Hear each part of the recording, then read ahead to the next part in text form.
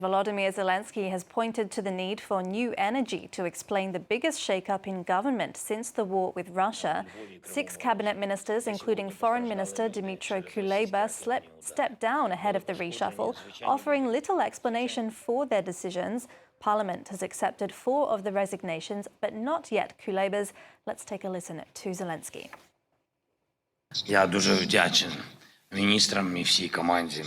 I am very grateful to the ministers and the entire cabinet team who've been working for Ukraine for the sake of Ukrainians for 4.5 years. Some of them have been our ministers for 5 years, but we need new energy. These steps are related to strengthening our state in various areas. International politics and diplomacy are no exception. Today, I cannot predict what exactly this or that minister will do. These answers will be given to them when they are offered a position, but it is too early to talk about it today. For more analysis, we can bring in Paolo Pizzolo, the Professor of International Relations at the Jagiellonian University of Kraków. Thank you very much for being with us. Does Zelensky have any other reasons behind this move other than simply wanting to inject some new energy into his cabinet? First of all, thank you very much for inviting me. Well, obviously, it has been a really turning point, this idea of reshuffling the government, because obviously we already seen previously, since the outbreak of this war, a resignation, a governmental resignation, but of course previously it was mainly for reasons of corruption. I think of the former Minister of Defense, but now we're talking about the resignations of ministers, not for this kind of reasons, corruptions or internal issues, but it's actually showing that Zelensky's government needs to legitimize itself also in front of the Ukrainian public opinion. We have to remember that technically speaking, the Ukrainian government is no longer legitimate because of its natural expiration. However, of course, new elections were not held due to the ongoing war.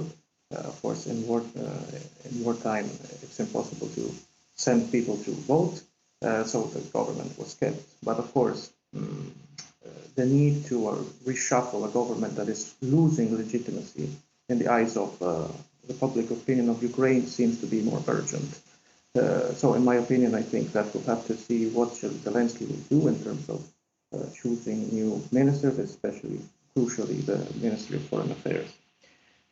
So I think that legitimacy in front of Ukrainian public opinion was the first need. The second need was also to try to strengthen, as he said, the government, because, of course, the Ukrainian government is not showing to be as resilient as it should have been expected in light of the recent events and Russian offensive. I'm sorry, Paolo Pizzolo, we're just having a little trouble hearing you there. We're going to try to improve the connection and come back to you if we can. Well, we're just going to go back now to one of our top stories about the Ukrainian cabinet reshuffle. We're going to speak again to our guest, Paolo Pizzolo, who's a professor of international relations. Thank you very much for your patience. For a last question, this reshuffle comes at quite a critical time in the war, obviously, with fierce fighting on the Eastern Front in Donetsk and the Kursk incursion. Is this shake-up set to have any effect on the battlefield? Well, definitely it may have, depending on who will be the replacement made of, who will be the next Minister of Foreign Affairs and also Minister for Strategic Industries.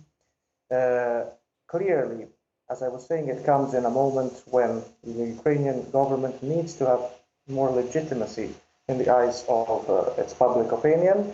Of course, it comes in a moment when the Kursk offensive has not proved to be a real game changer in the ongoing war.